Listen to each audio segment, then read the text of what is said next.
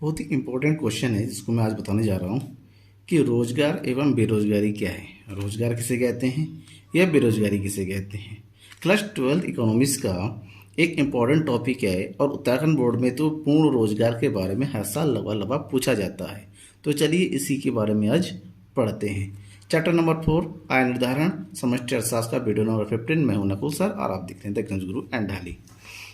सबसे पहले रोजगार की बात करें, लेकिन उससे पहले अगर आपने चैनल को सब्सक्राइब नहीं किया है तो सब्सक्राइब कर लीजिए, लाइक कीजिएगा, शेयर कीजिए और हाँ, अपने डाउट्स को कमेंट कीजिए। ठीक है, तो चलिए रोजगार किसे कहते हैं।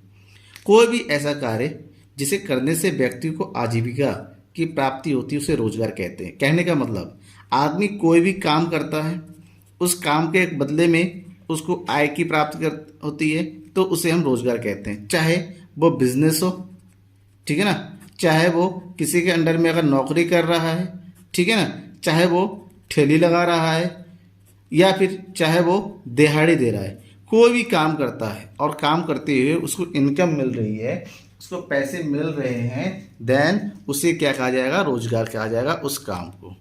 अब रोजगार को दो प्रकार में बांटा गया है, एक है पूर्ण रोजगार, एक है अपूर्ण रोजगार।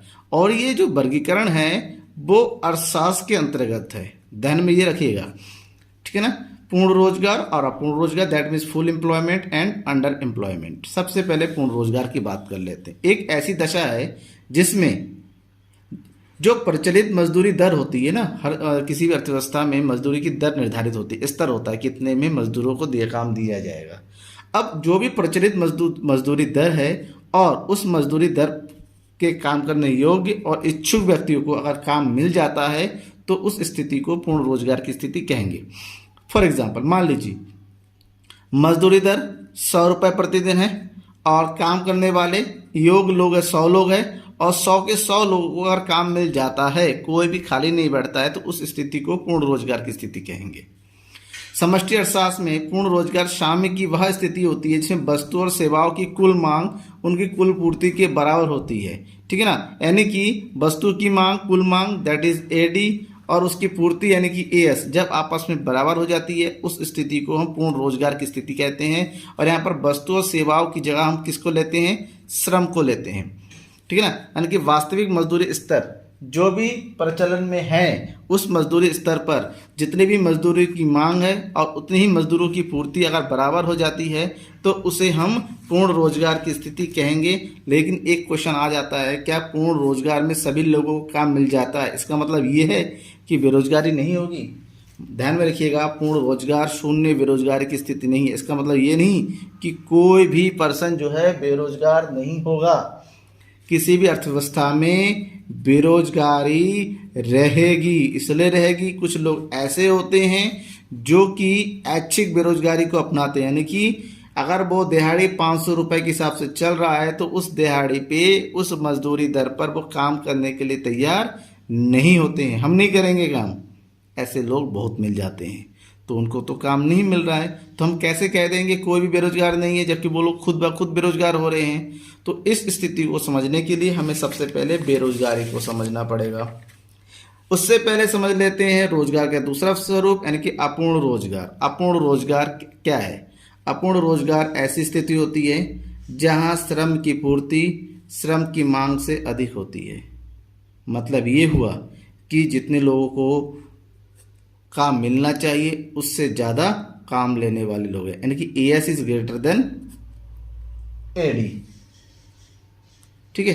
अर्थव्यवस्था में जब एक और इच्छुक व्यक्ति होती हैं और वो निश्चित मजदूरी दर पर कार्य करने की तैयार होते हैं लेकिन उनमें से कुछ लोगों को काम नहीं मिलता है, ऐसी स्थिति को अपूर्ण रोजगार की स्थिति होती है। यानी कि मान लीजिए 100 लोगों के लिए काम है लेकिन काम करने वाले 150 लोग हैं, लेकिन काम केवल 100 लोगों को मिलेगा। ऐसी स्थिति में 50 लोगों को काम नहीं मिलता है, ये बेरोजगार हो जाते हैं, तो इस स्थिति को अपूर्ण रोजगार की स्थिति कहा जाएगा। अब बात करेंगे बेरोजगारी की। बेरोजगारी किसे? बेरोजगार जिसके पास कोई रोजगार नहीं। लेकिन बेरोजगारी के प्रकार को बांटने जाएं तो अलग अलग प्रकार की बेरोजगारी होती है। तो बेरोजगारी क्या है? एक ऐसी स्थिति जहां पर लोग योग्य भी होते हैं, कार्य करने के इच्छुक भी होते हैं, लेकिन उनको काम नहीं मिलता है। ऐसी स्थिति को हम बेरोजगारी की स्थिति कहते हैं। बेरोजगारी को इच्छा के आधार पर दो प्रकार में बांटा गया है। ऐच्छिक बेरोजगारी और अनैच्छिक बेरोजगारी, वॉलंटरी एम्प्लॉयमेंट अनएम्प्लॉयमेंट और अनवॉलंटरी अनएम्प्लॉयमेंट। ऐच्छिक बेरोजगारी, ऐच्छिक बेरोजगारी ऐसी स्थिति होती है जहां पर रोजगार के अवसर उपलब्ध होते हैं, एक निश्चित मजदूरी दर पर रोजगार दिया जाता है, लेकिन उस मजदूरी दर पर लोग काम करने के लिए तैयार नहीं होते हैं, तो ऐसी स्थिति को ऐच्छिक बेरोजगारी कहते हैं। और ध्यान में ये रखना है आपको कि ऐच्छिक बेरोजगारी को देश की बेरोजगारी के कुल अनुमान में शामिल नहीं किया जाता है, इनको बेरोजगार नहीं कहा जाता। क्यों? क्योंकि आपको काम दिया जा रहा है लेकिन आप अपने इच्छा से उस काम को करने के लिए तैयार नहीं है, तो ऐसे में आपको देश की बेरोजगारी लिस्ट में शामिल नहीं किया जाएगा। लेकिन अगर आप काम करने की इच्छुक है और आपको काम नहीं मिल रहा है, तब आपको बेरोजगार कहा जाएगा। यानी कि बेरोजगारी की दूसरा बेरोजगारी अनैच्छिक बेरोजगारी, ऐसी स्थिति जहां पर निश्चित मजदूरी दर पर वर्तमान मजदूरी दर पर काम करने के योग्य और इच्छुक व्यक्ति होते हैं किंतु उनको काम नहीं मिलता है, उन्हें अनैच्छिक बेरोजगारी कहते हैं। बेरोजगारी के अन्य प्रकारों की बात करें जो कि जानना जरूरी है। चक्रीय बेरोजगारी, सबसे पहले साइकिलिक अनएम्प्लॉयमेंट, ठीक है ना, व्यापार चक्र में गिरावट के कारण श्रमिक अपनी नौकरी खो देते हैं, ऐसी बेरोजगारी को चक्रीय बेरोजगारी कहते हैं, ठीक है ना। जैसे डिमोनेटाइजेशन के साइन क्या हो गया, जो व्यवसाय हो गया वो बंद पड़ गया, या लॉकडाउन के टाइम में, ठीक है ना, व्यवसाय क्या हो गया, ठप पड़ गया, जिससे श्रमिकों को नौकरी खोना पड़ा। संरचनात्मक बेरोजगारी किसे कहते हैं?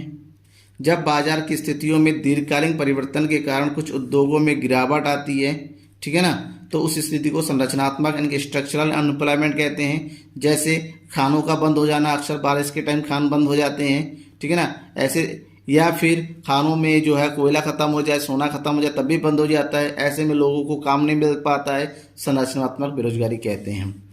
मौसमी बेरोजगारी, ऐसी बेरोजगारी जो मौसम पर आधारित होता है, एक निश्चित समय में लोगों को काम मिल जाता है, मौसम चले जाने पर वो बेरोजगार हो जाते हैं। कुछ उद्योग वर्ष के निश्चित समय पर भी काम करते हैं, जैसे चीनी मिल में गन्ना जब तक होता है तब तक काम होता है, जैसे गन्ने का सीजन खत्म हो जाता है चीनी मिल के मजदूरों को काम नहीं मिलता है।